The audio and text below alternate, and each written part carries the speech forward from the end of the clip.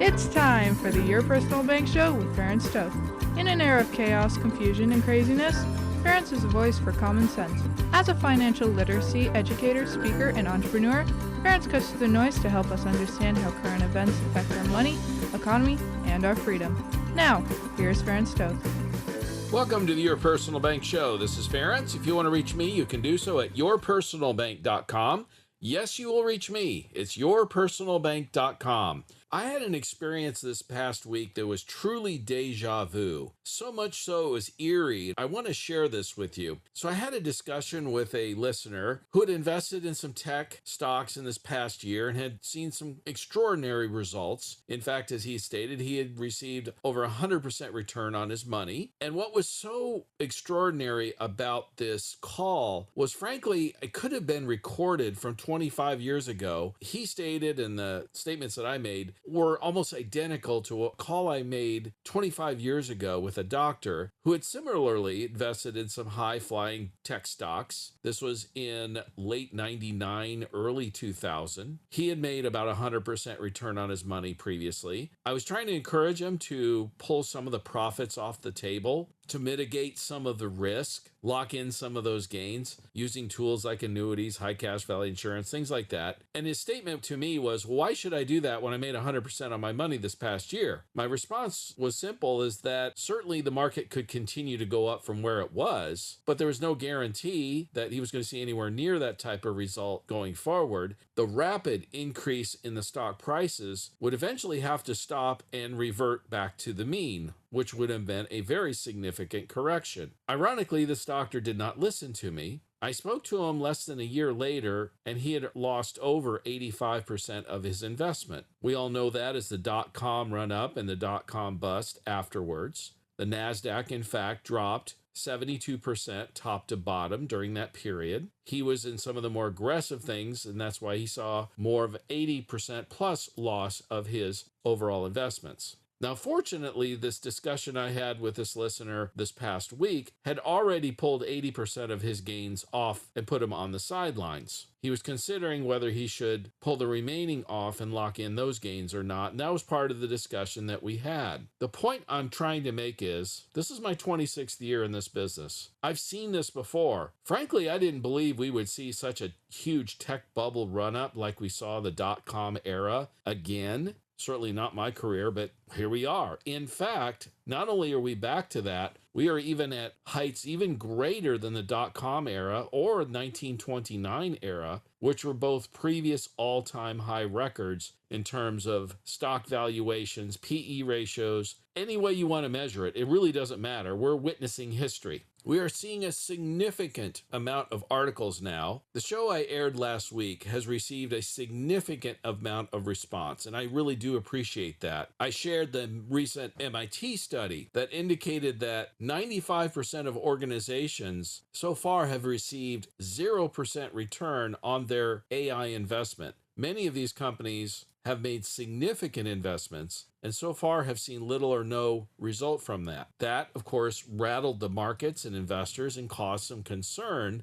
Many of the AI tech leaders have expressed comments recently that are frankly even more troubling. When you look at these things, it makes you wonder why so many investors are refusing to believe that AI stocks are in a bubble. I had another recent discussion with a listener today where he thought the run-up would continue for at least another couple years. Now, certainly he may be correct. It may actually happen. But as I did point out to him, we were already in uncharted territory due to the fact that valuations are already at all-time historical levels. Anything beyond this becomes truly speculative and is divorced from reality. It's divorced from any measurable or logical numbers or valuations that make any sense whatsoever. There is a saying that the stock market can stay irrational far longer than anyone would expect it to. And the reason behind that really has to do with human behavior, human nature. The emotions of fear and greed, those are real. Euphoria is a real emotion. Bubbles are stoked by hype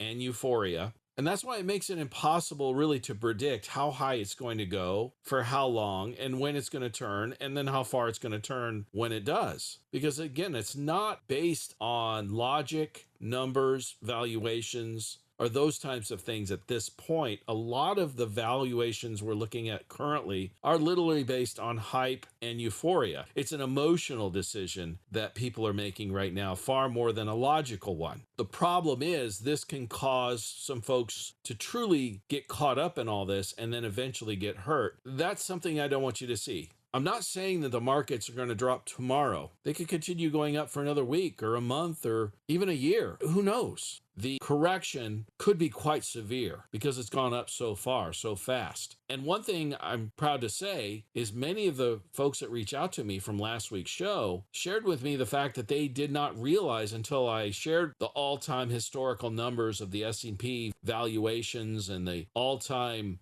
record levels of valuations with the tech stocks and particularly the AI stocks. They were not aware of how extreme levels we were at. So this was educating them, helping them better understand where we're at in the situation, which can then help you make better financial decisions. I'm not the only one saying this now. In fact, I'm seeing dozens and dozens of articles now talking about the stock market bubble, how it may burst. One article from New York Times here even points out that AI may just be kind of ordinary. That would have been almost blasphemy even just a few weeks ago. But you are starting to see that many of the biggest AI bulls out there, some of these tech leaders like Sam Altman, the chairman of OpenAI, are making statements like the current computer form factors aren't designed to deliver the sci-fi dream of an AI companion.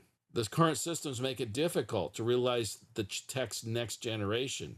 As he said, it's kind of hit a wall, and it's going to take trillions of dollars of investment, this is quoting Sam Altman, of infrastructure to get AI to its next generation, to its next level. Now, I'm not saying this isn't ever going to happen, but just like we saw with the dot-com run-up and then later bust, it wasn't that the internet failed to fundamentally change the economy. It did. But the hype and the euphoria that accompanied the stock run-up of the dot-com companies were premature. It took quite a bit longer. In fact, it took about another decade before the promise of the dot-com era eventually became true. Obviously, the run-up and crash had long been gone. The hype and the euphoria long in the rearview mirror before it actually accomplished what many were predicting it would. And I think we're starting to see some cracks in the whole AI hype, similar, again, like deja vu. It's eerie almost. As Mark Twain famously stated, history doesn't repeat itself, but it often rhymes. I believe we're seeing a very much rhyming effect here. And here's another article. Gary Marcus, who's a cognitive scientist and longtime AI researcher, has been stating for quite some time that the recent backlash is validating what he's been saying for several years. As he points out, the recent release of ChatGPT-5 that was totally screwed up, so bad so they had to take it off the market. And then Sam Altman making the statement that when bubbles happen, smart people get overexcited about a kernel of truth. Then the admission that the infrastructure is not in place for AI to take the next step. Then the MIT study showing that 95% of companies have seen no financial benefit from their AI investments. These are all things that Gary Marcus has been warning about, that AI is going to take much longer to implement. It's going to be underwhelming compared to the hype that we've seen, and for many a disappointment. Now, these recent disappointments, as he stated, have started to really waken up a lot of people. But as he pointed out, ChatGPT-5 was kind of sold as a artificial intelligence with human-like reasoning abilities. And as he said, it's not terrible or anything, but it's nowhere near the expectation or the quantum leap that many were expecting. He's been saying since 2022 that learning is hitting a wall, and it's going to take a significant amount of infrastructure before AI can really take the next step going forward. And he used the analogy of the old Roadrunner cartoon where many investors stay irrational longer than they can stay solvent, like the coyote where he's running off the cliff and then he realizes he's hanging in midair before he falls to earth. That's kind of the analogy he used right now that he believes we're at now.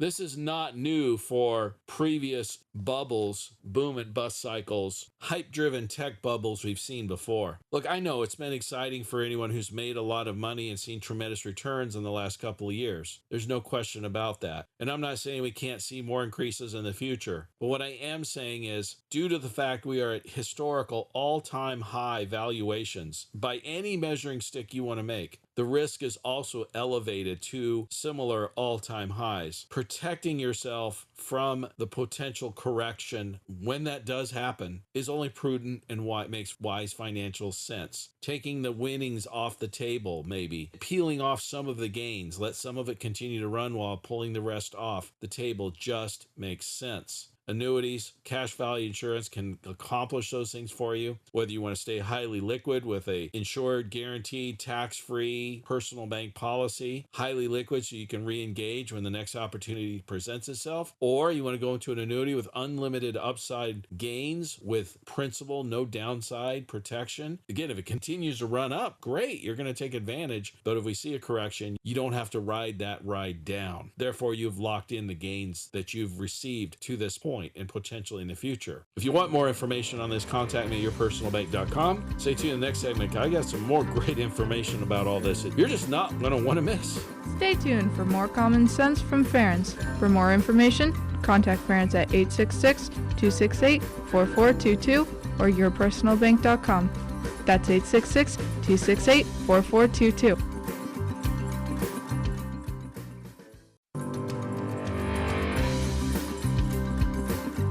Welcome back to the Your Personal Bank Show with Ferenc Toth. Want more information? Contact Ferenc at 866-268-4422 or yourpersonalbank.com. That's 866-268-4422. Now back to the show with Ferenc Toth. Welcome back to the Your Personal Bank Show. This is Ferenc. If you want to reach me, you can do so at yourpersonalbank.com. Yes, you will reach me. It's yourpersonalbank.com. This all-time historical run-up in the S&P 500, particularly in the tech sector, gotten a tremendous amount of attention. It also has created opportunity and risk at the same time, levels that we have never seen before. We're witnessing history here, folks. And I could sit here and tell you what you want to hear, but I think it's more wise to share maybe some things that you need to hear to see both sides of the story so that you can hear the rest of the story, as Paul Harvey used to like to say, so that you can make a better financial decision. This Market Watch article, for example, points out that the stock market now has so many reasons to crash that it's hard to just pick one. And as they point out repeatedly, the markets are at historical high valuations, despite geopolitical risks, economic policies, various other issues. We'll discuss some things about interest rates and the Fed, the bond market. There's so many things out there that are red flags that could definitely end up causing real problems. May come from AI itself not living up to the hype or the promises that have been made by Silicon Valley. Howard Marks is the billionaire co-chairman of Oak Tree Capital, and he's pointed out recently that investors are making several big mistakes in today's markets. He points out, one, there has not been a serious market correction in about 16 years. Yes, they did enter a bear market in 2022 due to the COVID shutdowns, but that was man-made and very short-lived as a result. It doesn't compare to what we saw in 08-09, for example, or the dot-com run-up and bust we saw in 2000. Because those things have not happened for so long, people tend to have short memories. Or oftentimes, many folks that are in the markets, working in Wall Street or trading or whatever they may be doing, maybe weren't even in the markets or trading 16 years ago through the last bear market. So they've never experienced truly what a bear market is like and are less likely to notice the warning signs because they lack the experience and knowledge.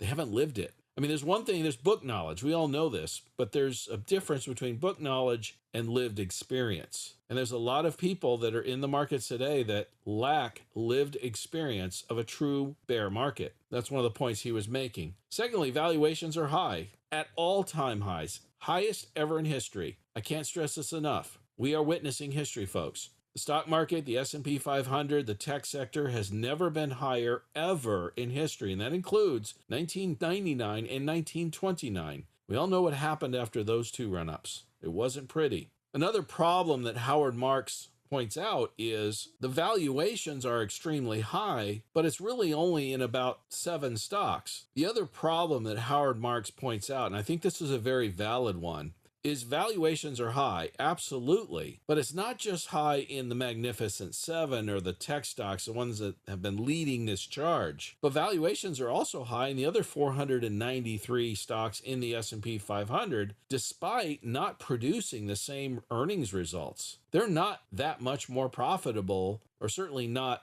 relative to their PE valuations, versus historical averages, yet they're highly overpriced, most all of them. I think I shared last week's show that only one stock in the entire S&P 500 had a 10 PE ratio. And I believe it was about 2/3 of the stocks were at 30 PE ratio. And historically, 30 is considered a high overvalued stock. And about 1/3 were at 50 PE ratio, which means you're purchasing stock, its earnings, price to earnings ratio at 50, means it needs to earn profits for 50 years to value the value of the stock. That's extremely, extremely expensive. The last reason Howard Marks pointed out that he felt like investors right now are making some big mistakes is they are too bullish. We haven't seen bullish levels of enthusiasm or euphoria even with investors since around 1997, which was leading up to the dot-com bubble, which then of course burst. When people become too bullish, too euphoric, it's extreme levels. That is a sign, a warning sign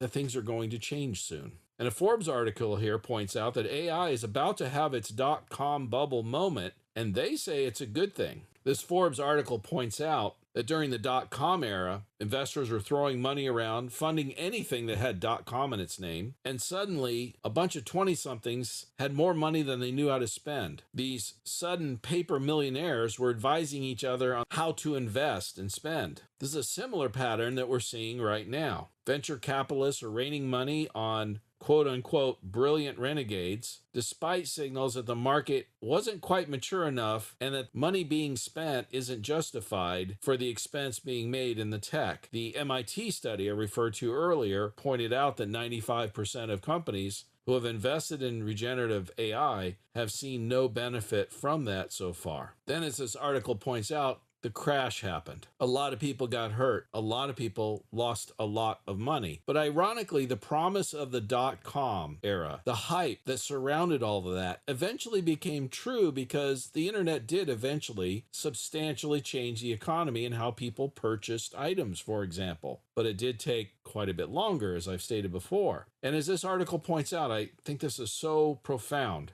And I quote, "Because we never learn, let's spell out the future. There is a non-zero chance that many runaway AI stocks and valuations will come back to earth. There's also a chance that companies will continue to try to build AI, and those projects won't work out. Things will settle down, and some people will move on. Eventually, AI will get better, become more mainstream, and get baked into the way we live, just like other emerging technologies." The problem they point out is 95% of companies that invested, some heavily, into AI were doing so initially because they were focusing on, we just need to do AI, rather than answering the question of, we have a tangible problem we need to solve, whether it's increased revenue, decreased costs, modernizing systems, whatever. And they just threw money at AI thinking that would solve the problem. Sometimes AI may be the solution, but other times something else may be. So the point they're making, I think, is quite valid. AI is a new technology that's going to make a significant difference in the economy, in our lives, in the future. But it may, as this article pointed out, we may not really see those tangible changes for the next several years or even decades, just like we saw with the dot-com run-up. And what we have right now is an over-enthusiastic hype and euphoria regarding the valuations of what these companies really are going to earn going forward. To take this even further, there's a New Yorker article I thought was quite interesting stating The AI profits drought and the lessons of history. They go back to the steam engine, electricity, computers, and generative artificial intelligence could take longer than expected to transform the economy. All of these significant enhancements to technology were exciting for their day, and hype and promises were made. Significant bubbles occurred in terms of valuations of companies involved with these new technologies. And in each of those cases, this article is pointing out, people got overexcited. There was a boom and then a bust. This is nothing new. I've often shared on the show, one of the first busts that ever occurred was the tulip bulb bust in Holland in the 1500s. Do you realize at one point some tulip bulbs were more expensive than a house? I don't know all the reasons behind it because some were more rare than others, etc. But obviously that was an euphoric bubble that occurred. A lot of people got excited. Valuations got out of control and it eventually busted. Look, I could be wrong. This time could be different. It is possible, but it's increasingly looking like, with the view of history of what's going on recently, what's been admitted to recently, that this bubble is going to end up busting and costing a lot of people a lot of money and a lot of opportunity, just like every other bubble did previously. And what I don't want to have happen is you hear this message and it fall on deaf ears. My hope is you gain a different perspective, maybe a little bit of a step back from the forest, from the trees, a larger view, if you will, and a realization that, yes, if you've been involved with this and you've seen tremendous gains, that's awesome. As I stated to this listener this past week, hey, you made 100% return on your money. Be happy. I stated the same thing to the doctor 25 years ago. And I'm not saying get out completely. In both cases, I said the same thing because the potential of it continuing to run longer than what's reasonable certainly exists. And so upside potential is still there. But why risk it all, or the majority even? Pull some profits off the table. Be satisfied. If you've had a great return, be happy with that, at least on part of it. Pull the principal out. Pull your money out of the picture so you're playing with house money at the very least, so that if it does revert to the mean and we see a pullback, potentially a tremendous pullback like we saw in the dot-com run up and boom and bust cycle, well, you lost house money. It wasn't real money. It was paper. It wasn't really your money or what you invested into it. Fear and greed are real emotions, and many people are overexcited, overenthusiastic, and feeling a little bit too much greed. And to break free from that's difficult, I understand, but fear is also an equally powerful, if not more powerful, emotion. And why that's important is whenever the sentiment shifts. Look, the prices of these stocks right now is not about what their true value is. It's what people think they're going to earn in the future, and people who are believing the hype that's been sent out by Silicon Valley, the promises and the hype that we've heard. And as soon as enough people stop believing the hype and start realizing some of the closer to reality likelihood of what's really going to happen and how much in time frames, fear can take over and you can see a tremendous reversal of valuations. And it can occur really quickly, especially technology today. If anything, run-ups and run-downs are probably going to happen faster than they ever have because technology is better than it ever has been. These are all things to keep in consideration. If you want to peel back some of your profits or protect yourself, reduce your risk, even if you're not one of these high flyer folks, you just got some basic S&P 500 index funds or other assets that are subject to the market where a significant portion is involved with this tech run up. You want to pull back some of the risk and prevent a down draw or significant correction to the downside. I can help you do that. I can share with you how to still take advantage, be involved in the upside without any downside losses. Protect the downside. If you want to learn more how to do that, contact me, yourpersonalbank.com. Stay tuned in the next segment. I got to talk about some recent changes that are massive regarding the Federal Reserve. This is important.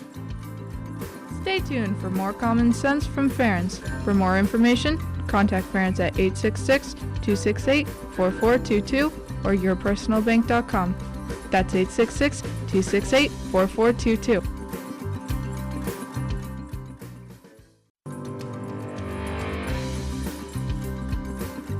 Welcome back to the Your Personal Bank Show with Ferenc Toth. Want more information? Contact Ferenc at 866-268-4422 or yourpersonalbank.com. That's 866-268-4422. Now back to the show with Ferenc Toth. Welcome back to the Your Personal Bank Show. This is Ferenc. If you want to reach me, you can do so at yourpersonalbank.com. Yes, you will reach me. It's yourpersonalbank.com. So we've been discussing on this show and previous couple of weeks the historical all-time highs that we're seeing in the markets, the S&P 500, the tech sector, all these types of things, and the risk of this bubble bursting and having a correction, maybe even a significant one. Now, the correction, whenever it does happen, impossible to predict. There's any number of reasons it could be the catalyst, and it could be AI itself not performing as well or in the time frame that many investors think, but it could be something totally unrelated that could cause this bubble to burst. And one of those things that could do so is the Federal Reserve and interest rates. And here's what happened recently with the Fed that is so significant and is super important to understand. So the Fed has decided to take a huge gamble. And the question is, will it pay off? And what is this gamble? What the Federal Reserve does every 5 years is they set up what they call a framework of their plan of what they're going to do going forward for the next 5 years. It's basically the Fed's constitution. And previously in 2000, they changed their normal plan of action, their framework as they call it, their normal 2% target they like it to be. They try to keep inflation rates at about 2%. Now we can argue whether that's good or bad or not. That's a discussion for another time. But that's the Fed's target and it has been for decades. Well, they have even admitted themselves that that failed miserably because we had the COVID shutdowns, the Fed loose monetary policy, low interest rate environment that allowed inflation to run much hotter than 2 or 3%. Gosh, it got to 9% at one point. According to the government numbers, the real numbers are far higher than that. So they've revised their framework or their constitution for the next 5 years. And the big change that they made is that they are now going to target the 2% inflation rate. In other words, not allow it to run above or overshoot, as they put it, their 2% target. Now, this is huge because this means that they could end up being more aggressive in terms of rate hikes to keep the 2% target in place. Now, personally, I believe the market is reading this wrong. And I say this partly because I do have a banking background. Those of you who've been listening know I was a chairman of the bank, FDIC insured bank in formation for a couple of years. I have some inside knowledge in terms of how banking works. I have some connections in that world. After this recent announcement was made, there were some things that were said that the market took as, hey, there may be a rate cut in September. Now, that's possible, don't get me wrong, but that's kind of all they heard. They heard kind of what they wanted to hear, and the market took off, and it shot up. Now, the next few days or so, it kind of started to back off because they started realizing, well, maybe we overreacted a bit. My point is this. Here's what's so significant about it. If indeed the Fed does what they say they're now going to do, and by the way, they tend to follow their framework. They really do. Whether you agree with it or not, it's another point, but they do tend to follow their plan. So if they're stating we're going to be more aggressive about hitting the 2% inflation target numbers, well, they've been running about closer to 3 than 2 lately. Certainly it's better than the, 7, 8, 9 we were seeing in previous years, but the latest inflation numbers over the last, say, 6 months or so have been floating around 2.5 to 3. If that's the case, then there is no reason for the Fed, unless we get a surprise CPI number that's lower, there's no reason for the Fed to lower interest rates in September. Now, I know they're getting a lot of political pressure from the Trump administration to lower rates. I understand that. I don't know that I necessarily agree with that. I understand the reasons behind it. Rates are higher in the U.S. and many parts of the world. It is hurting with housing and,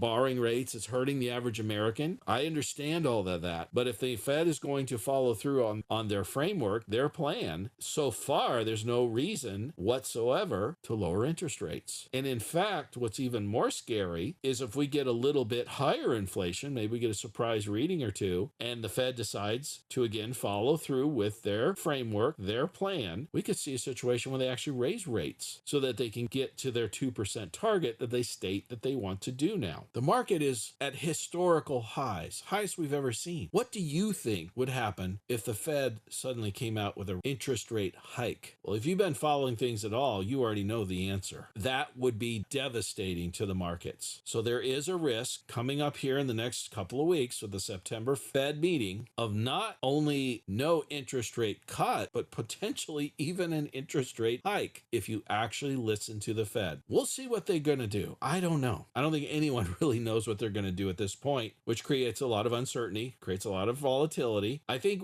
if you're going to ask me what is my opinion about going forward, what's going to happen, one word just keeps coming out, or two words really: uncertainty. And then the result of that uncertainty, frankly, is volatility. So I think the most likely scenario we're going to see is a lot of ups and downs. And this AI bubble, certainly we could see a correction start to occur at some point that could get really ugly, particularly in those sectors. But even across the board in the S&P 500, because as I shared earlier, the valuations even in the other 490 companies that are not in this high-flying tech sector are also historically highly overvalued. And to make matters worse, they likely could even be hit harder. They haven't produced the earnings to justify their valuations. Their PE ratios are out of sight. At least some of these tech companies who have seen historic valuations have also seen some tremendous earnings, although we are starting to see some cracks in that. Nvidia has been the leader. The main reason, though, is Nvidia is the primary company that provides a lot of these chips that these other tech companies, are purchasing for all this AI infrastructure. Think of it as the gold rush, the store that sells the picks and shovels. Who actually made the most money in the gold rush for the most part? Was it the gold miners, or was it the storekeeper who sold the gold miners the equipment? Most of us know the answer. It was the storekeeper who sold the equipment, made a lot of money off of the folks who were trying to get rich. So Nvidia has benefited tremendously from the purchases of all their equipment, the chips that they make. Many of these tech companies have spent so significantly that their earnings actually are starting to weaken or show cracks, their free cash flow, because they've spent so much money hoping to cash in the future in this AI boom, productivity and various things like that, that may or may not end up being as significant as we're hearing. That remains to be seen. Now, even Nvidia reported earnings recently that were below expectations. This MIT study shared that 95% of companies who have invested in AI have seen little or no results, and they're starting to pull back on their spending of purchasing chips and infrastructure. The reduced sales from Nvidia confirms that. In fact, there's a Fortune article that discusses where artificial general intelligence, or AGI, or AI, however you want to define it. Interestingly, there's a recent article in Fortune that talks about how AGI talk is out of fashion in Silicon Valley, which is a recent vibe shift. And this further adds to worries about AI and the future implementation of it. As this article states, AI has been underdefined and overhyped. It really comes down to the fact that AI is really, really good at retrieval speed, pattern recognition, repetitive tasks, things like that is where it shines. But its weakest point is in cognitive thinking. Context and reason it struggles with, while it excels in transactional type of activities. So there is certainly potential for productivity gains in those areas where there are repetitive tasks that AI can really shine in. But if you want to know where the real money has been made in AI, yes, a lot of people made a lot of money in the stock market. Don't get me wrong. You know where the real money is? Well, it turns out that AI startups have now created about 500 billionaires in Silicon Valley, which is the fastest rate of billionaires in history. We have never seen a situation where so many people have become billionaires so fast in such a short period of time. And you wonder why there's so much hype about it, and why Silicon Valley is so positive and upbeat and, wants to raise more money through venture capital for their AI ideas. Sam Altman even was quoted recently stating it's gotten ridiculous when you have three guys and an idea and they get $1 billion in funding from venture capitalists. But that's where we're at right now. To understand why something is the way it is, it often helps to understand, follow the money trail. If three guys and an idea, Sam Altman stated, can sell their idea and get venture venture capital and get hundreds of millions of dollars or billion or more even, that's an amazing opportunity. And it's not something that they want to risk or be negative about in any way, if you know what I'm trying to say. And that's why this Market Watch article discusses why you can lose a lot of money from tech's AI splurge. They're pointing out how many companies have paid for a lot of hardware, and a lot of these big tech players are now footing the bill for all this computing power, and they're hoping that the new AI applications will be lucrative for them. Yet it remains to be seen whether that will actually be true or not. And this is why 91% of fund managers now believe U.S. stocks are overvalued, which is the highest level in history. I want to encourage you to stay tuned in the next segment because I'm going to discuss a few more things about this and some indicators that you don't want to ignore. So stay tuned. Stay tuned for more common sense from Ferenc. For more information, contact Ferenc at 866-268-4422 or yourpersonalbank.com. That's 866-268-4422.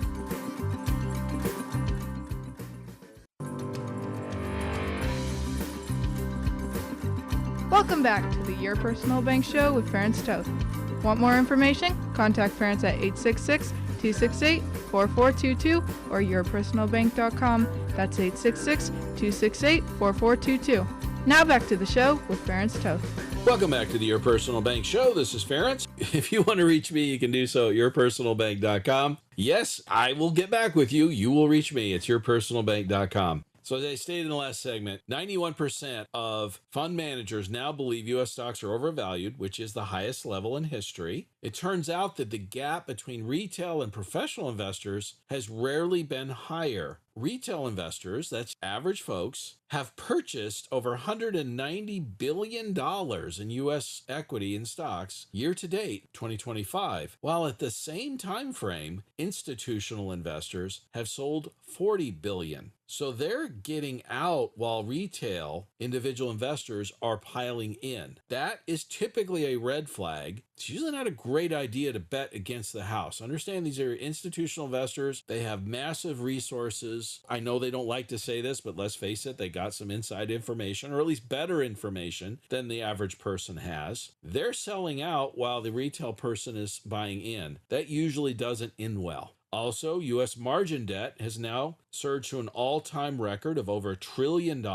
So not only is the valuations gone to historical highs, but more people are borrowing more money to buy these stocks at any point ever time recorded in history. In fact, the margin debt is growing faster than even the rally itself, which is a record. So this rally is being built on debt. That rarely ends well. Why is that so important? If people are borrowing on margin to buy these stocks, and this is happening at a record rate, and the price starts to adjust the wrong way, you can get caught in what's called a margin call. Notice the value of your stock is less than the amount you borrowed. You can't borrow 100%. Brokerage firms will allow you to borrow a certain percentage of the value of your portfolio or your stocks. You see a significant drop, then you get a margin call. In other words, the broker wants their money back. You got to pay him back. And typically they require you to pay that back in 24 hours. You have to come up with money really fast. So you need to have funds available on the side. You can do this, or you have to sell out. And I can speak from experience. I had this happen to me personally in the 2000, the dot-com bust. I got caught in that one too. Part of the reason I think why I'm sharing some of this is lived experience. I did make some money personally. I didn't advise anybody to do this, but I did personally invest in some stocks in the 1998, 99 run-up, the dot-com run-up, and then in 2000 got hurt when the bust occurred. I was pretty young. I was fairly new to investing. I'd only been at it for a couple of years at that point. So I had a lot less knowledge and a lot less experience. And I made some mistakes, obviously. And in fact, I got a call from my broker one day. The stocks had dropped significantly in value, and I had a $12,000 margin call. And stocks were dropping rapidly across the board, as they often do in a correction like that, especially after a huge run-up. So I instructed my broker to sell all the positions immediately, and I fortunately had the funds that I was able to give him that money by the next day. When you take that type of experience where you have a lot of retail investors, individuals, and you add historic levels of margin, so they're borrowing money to buy many of these stocks, and we see a correction, it can cascade very quickly, because as margin calls start coming in, people have to still sell their positions and come up with extra money oftentimes, regardless of the price. It doesn't matter anymore at that point. So whether you're involved with doing that or not doesn't matter. The overall price, the market, and the other people around you doing it can have a significant influence on that correction, and margin calls start to become a factor. And with the historic levels of margin purchasing, it certainly has the potential to be a big, big factor. Here's another key point to give you just a little bit of perspective. Technology stocks today now account for 46% of the S&P 500. So if, let's say you're not one of these more aggressive investors that's been heavily into tech, you just do the S&P 500 and you think you're diversifying. You realize that nearly half of your investment is in the tech sector. So you're being a lot more involved in this than you may realize, and you have probably taken on a lot more risk than many of you realize. And to put it in perspective, at the peak of the 1999 dot-com bubble and burst, the percentage of the S&P 500 that was in the tech sector was only a third. Today, it's 46%. So again, if we see a correction, this one could be even more significant than the dot-com one. It has that statistical potential to do so. One, in being higher than the previous one, from PE ratios to any other way you want to measure it, and two, being a higher percentage of the S&P 500 than it was in 2000. Indirectly, you may be involved and be hit and impacted in a negative way. That's the thing that I want a lot of people to understand, that many who are listening right now do not realize that. And you may want to look at pulling some of that off the sideline or reducing the risk exposure that you have. There's something out there called risk tolerance. And many people that I talk to on a daily basis, when I show them what they're actually invested in right now, are in far higher risk positions than they even thought. They're not comfortable with it. It's not something they're comfortable with it at all, and they had no idea. That's the comment I'm getting more and more every day. Wow, I had no idea.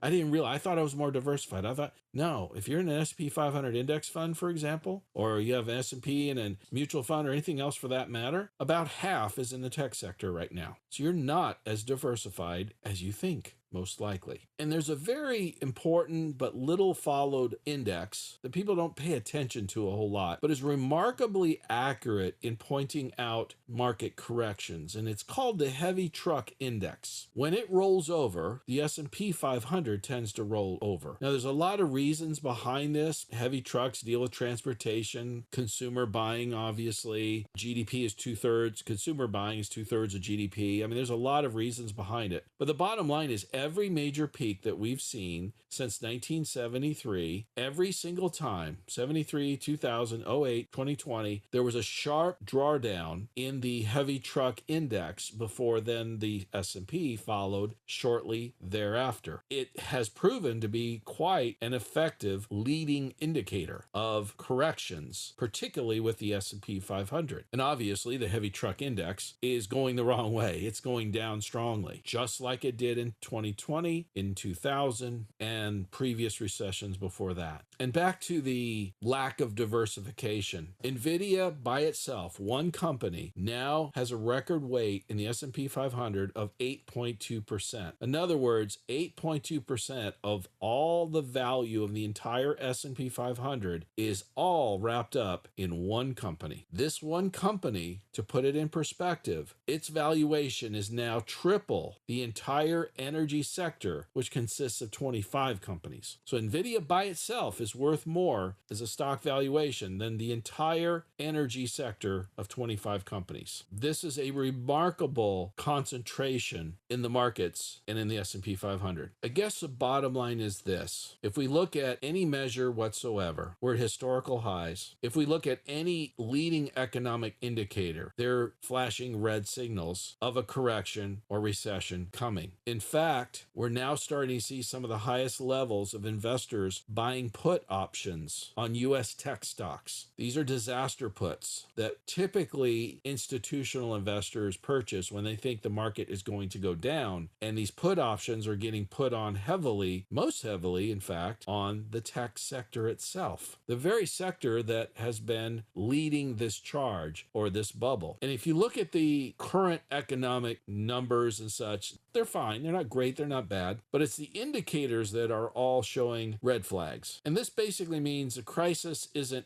imminent, but it is fastly approaching. A third of the U.S. economy is already in recession or at high risk, and the other third is stagnating. That's where we're at currently. Which way will it go from here? Hard to say. It's really uncertain. We have tremendous problems with the debt, the federal debt, and personal debt. Auto loan delinquencies have now broken levels higher than we saw in the Great Recession. Student loan borrowing, credit card debt, whatever you want to measure, the levels of debt and the delinquency rates are at or above levels we haven't seen since the Great Recession. We're in a historical bubble or valuation in the S&P 500 in the tech sector. Cracks are appearing in the whole AI world that things might be overhyped, and it could likely take a lot longer than was originally anticipated for AI to really make the impact that's been promised. If that is true, there'll be tremendous levels of disappointment. And don't forget the Fed. They're going to be watching inflation stronger than they have in the past 5 years. And if we see inflation rates above 2%, they have stated that they're going to take actions to reduce it, which would include rate hikes. That's another thing. Those are things that all could create a market correction, which could end up being tremendously fast, aggressive, and damaging because of the record level of margin borrowing on these stocks that have been purchased. There's so many things to be concerned about. There's so many red flags that are lighting up right now that it's impossible to ignore. To continue to just keep blowing through and ignoring all of this is just not financially wise. If you want to continue to take advantage of the potential upside, however long it does last, an annuity could be one of the best options for you at this point. We have annuities with unlimited upside potential. The indexes continue to go up, you'll take advantage of it. Unlimited upside with no downside market risk. So guarantee the downside, guarantee the principal. And some of them have been producing so well lately that they've become fully liquid to you within a year or two. We have never seen that in my career, my 26-year career. We haven't seen this in over 40 years with annuities. It's a golden age of fixed assets. If you want to stay more liquid, park your money to the sidelines, your personal bank could be a great option. You can grow your money insured, guaranteed, tax-free, and highly liquid so that when the correction does occur, you could re-engage. Yet make a decent interest on your money while you're waiting for that next correction, which could occur in a week, a month, or a year. Who knows? But at least you're making some money while you're waiting instead of sitting on cash. If you want more information on this, contact me at yourpersonalbank.com. Stay tuned next week to the Your Personal Bank Show for more great information. And as long as it's on our money, in God we trust. Listen Tuesdays at noon and Saturdays at 1 to the Your Personal Bank Show for more information. Contact Ferenc at 866-268-4422 or yourpersonalbank.com. That's 866-268-4422. This show is designed to provide accurate and authoritative information. The presenter and guests of this program do not engage in legal, accounting, or tax advice. Professional advice regarding your situation should be sought if required. Some products discussed may have limitations and not be available in all states. Excessive unpaid loans may affect performance. Distributions may become taxable if not managed properly. Replacements may not be suitable for everyone. There may be charges when replacing coverage. Dividend rates and bank line of credit rates may change. For current rates, contact Ferenc at 866-268-4422 or yourpersonalbank.com. Again, that's 866-268-4422 or yourpersonalbank.com.